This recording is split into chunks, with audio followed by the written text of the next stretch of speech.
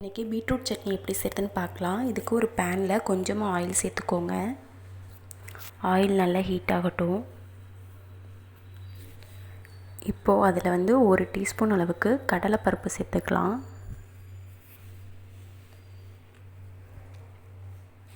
அது கூடவே 1 டீஸ்பூன் அளவுக்கு உளுந்து சேர்த்துக்கோங்க. உளுந்தம்பருப்பு. ஒரு 1/4 டீஸ்பூன் அளவுக்கு கொத்தமல்லி சேர்த்துக்கலாம். கொத்தமல்லி கொஞ்சமாக ஆட் பண்ணிங்கன்னா தான் நல்லாயிருக்கும். இப்போ இதை நல்லா வறுத்து விட்டுக்கலாம். காரத்துக்கு வரமிளகா சேர்த்துக்கலாம். 2 மிளகா சேர்க்குறேன். இப்போது இதை நல்லா வறுத்து விட்டுக்கோங்க.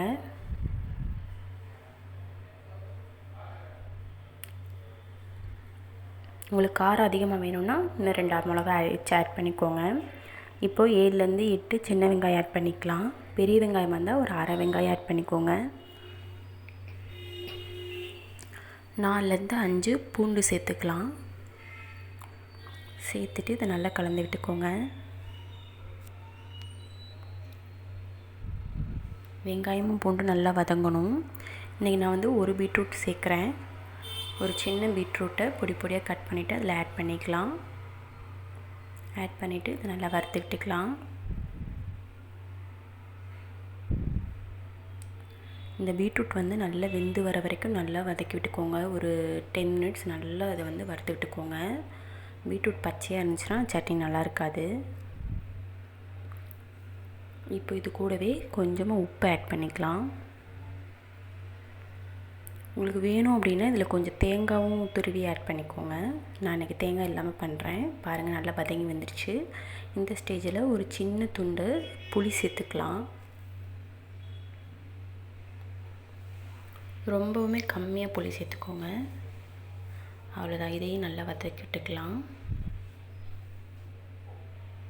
இதை நல்லா ஆற வச்சு நம்ம அரைச்சி எடுத்துக்கலாம். நல்லா வதங்கினதுக்கப்புறமா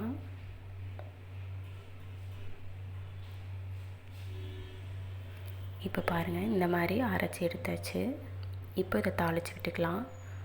இதுக்கு ஒரு பேனில் கொஞ்சமாக ஆயில் ஹீட் பண்ணிக்கோங்க.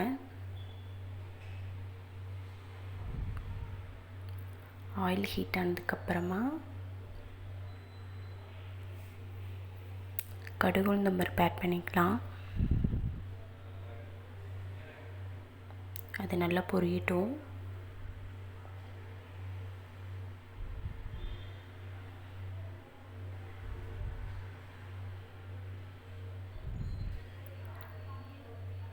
இப்போது கருவேப்பிலை கொஞ்சம் ஆட் பண்ணிக்கலாம். பெருங்காயத்தூள் கொஞ்சம் ஆட் பண்ணிக்கோங்க.